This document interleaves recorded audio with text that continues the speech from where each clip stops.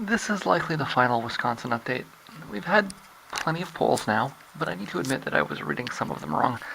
I had assumed that they were polling Democrats, and I should make a mental adjustment for independents, but it seems as though some of the polling firms made those mental adjustments themselves, and that I was adjusting it twice. No, they really shouldn't do that. It's making stuff up. I can do that because I'm a random person on the internet, but a polling firm should really just put the data down, and that's it, sort of thing, right? Regardless, I should have checked that rather than assumed it. Apologies. I'll acknowledge that this is a little half-assed right now, though, too, on account of being a Canadian and not really seriously thinking that Bernie has a real chance. It is rigged. On top of that, it's also half-assed because in state after state after state, there's not a lot of data, right? And you're fighting with these these modelers and everybody. I mean, there's really just not the kind of signal that you really need to really understand what's going on, in state after state, right? Regardless, the correct understanding of the situation is actually as follows. And before I do this, I'll point out that Wisconsin was one of the few states where there was a good signal. Okay, first is that Clinton is actually maintaining a consistent lead amongst Democrats of about 5 points. It's not that different than the pre-polling in Illinois. Second is that Sanders has a large lead of over 10 points amongst independents. The adjustment that the polling companies are doing is that actually maybe a bit more generous than I'd give him. If he was winning by 5 amongst Democrats, I'd argue the polls say he should win by 10.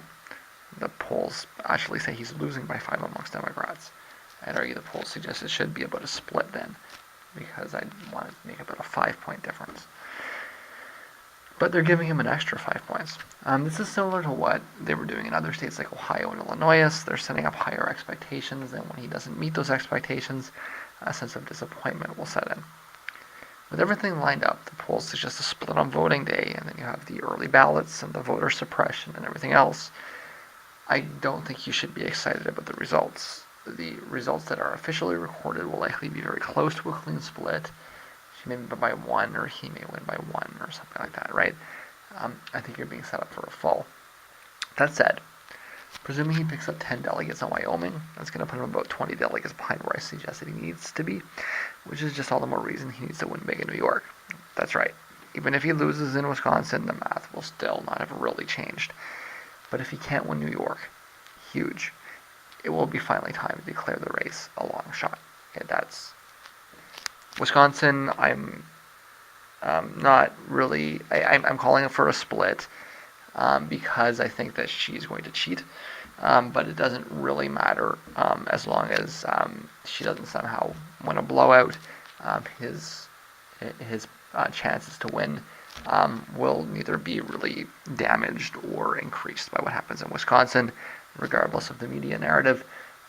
It's going to be pretty close to a split, and whatever rolls off is going to be within small margins. So